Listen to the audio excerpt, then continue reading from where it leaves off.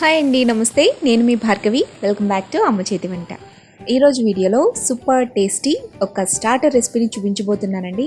అందరికీ కూడా ఎంతో ఫేవరెట్ రెసిపీ అయిన గోబీ మంచూరియా.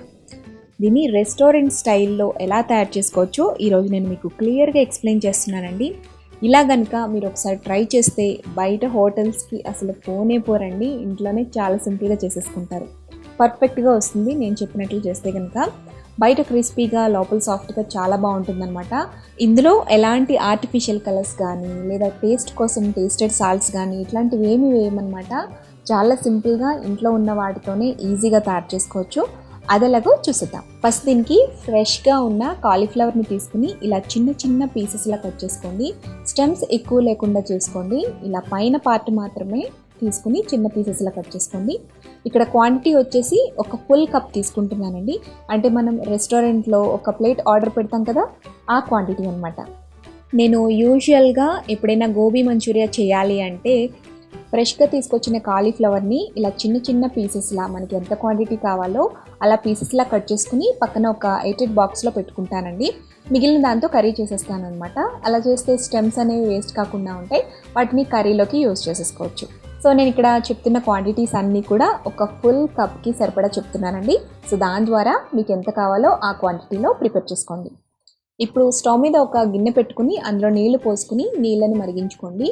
నీళ్లు మరిగేటప్పుడు ఇందులోకి 1 టీ స్పూన్ దాకా సాల్ట్ వేసి రోలింగ్ బాయిలింగ్ అయ్యేంత వరకు మరిగించుకోవాలి.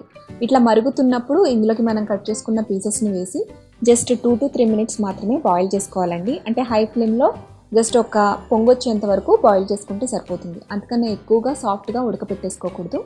ఇలా 2 minutes పాటు బాయిల్ చేసుకున్న తర్వాత వీటిని వెంటనే ఒక బౌల్లోకి తీసేసుకుని వాటిని అలా వదిలేకూడదండి. అలా వదిలేస్తే ఆ వేడికి ఇంకా కుక్ అయిపోయే ఛాన్స్ ఉంటుందన్నమాట. ఇవి మళ్ళీ మనం ఫ్రై చేసినప్పుడు మెత్తగా అయిపోయే ఛాన్స్ ఉంటుంది. అందుకని వెంటనే ఇందులోకి నార్మల్ వాటర్ వేసేసి వాష్ చేసేసుకుని వీటిని వెంటనే తీసేసి మళ్ళీ బౌల్లో వేసేసుకోండి. సో ఇట్లా ఈ ప్రాసెస్లో చేసేసుకున్న తర్వాత ఇందులోకి రుచికి సరిపడా ఉప్పు, 1/2 టీ స్పూన్ దాకా మిరియాల పొడి, 1/2 టీ స్పూన్ చిల్లీ ఫ్లేక్స్ని యాడ్ చేసుకోండి. చిల్లీ ఫ్లేక్స్ కనుక మీ దగ్గర లేకపోతే దీనికి బదులుగా 1/2 టీ స్పూన్ కారం కూడా వేసుకోవచ్చండి. టేస్ట్లో ఏమాత్రం డిఫరెన్స్ అనేది ఉండదన్నమాట.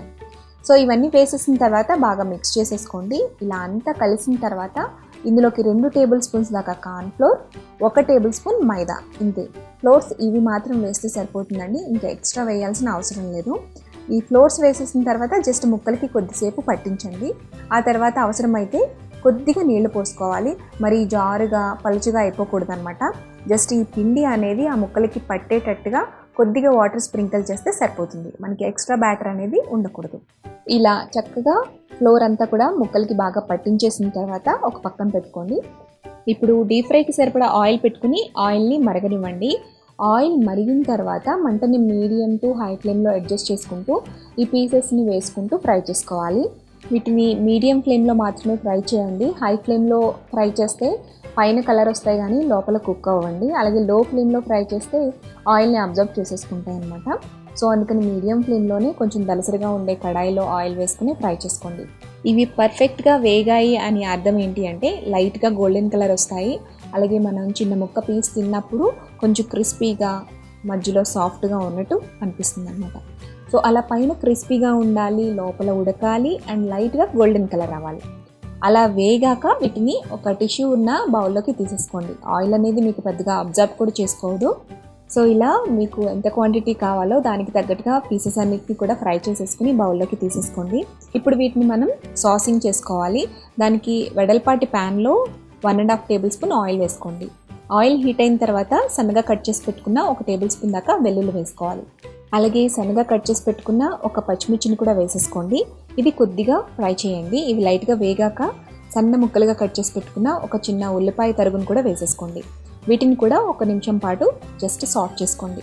ఈ ప్రాసెస్ అంతా కూడా మీడియం టు హై ఫ్లేమ్లో చేసేసుకోండి. చాలా క్విక్గా అయిపోతుంది.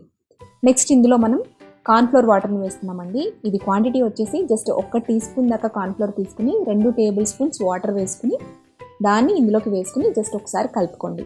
ఇప్పుడు ఇందులోకి సాసెస్ అన్నీ వేసేసుకుందామండి. 1 టేబుల్ స్పూన్ దాకా టమాటా కెచప్, అలాగే 1 teaspoon green chilli sauce, 1 teaspoon red chilli sauce వేసుకోండి. మీ దగ్గర గ్రీన్ చిల్లీ సాస్ లేదనుకోండి, రెడ్ చిల్లీ సాస్ని 2 టీ స్పూన్స్ వేసుకోండి. రెడ్ చిల్లీ సాస్ లేకపోతే గ్రీన్ చిల్లీ సాస్ని 2 టీ స్పూన్స్ వేసేసుకోండి. తర్వాత 1/2 టీ స్పూన్ దాకా soya sauce, 1/2 teaspoon vinegar వేసుకోండి. సో ఈ కొలతలు 1 ప్లేట్కి సరిపోతాయి అన్నమాట. ఇవన్నీ బాగా మిక్స్ చేసేసుకోండి. నేను ఇందులో ఎక్స్ట్రా సాల్ట్ అనేది వేయట్లేదండి, ఎందుకంటే సాసెస్లో మనకి సాల్ట్ అనేది ఉంటుంది. ఇది ఎగ్జాక్ట్గా సరిపోతుంది. లేదు మీకు సాల్ట్ సరిపోదు అనుకుంటే జస్ట్ పించ్ ఆఫ్ సాల్ట్ని కూడా ఇందులో వేసుకోవచ్చు.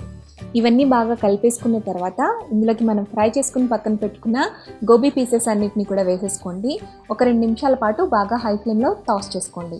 ఆ తర్వాత ఇందులోకి సన్నగా కట్ చేసి పెట్టుకున్న స్ప్రింగ్ ఆనియన్స్ని గార్నిష్ చేసేసుకుని సర్వ్ చేసేసుకోవడమే.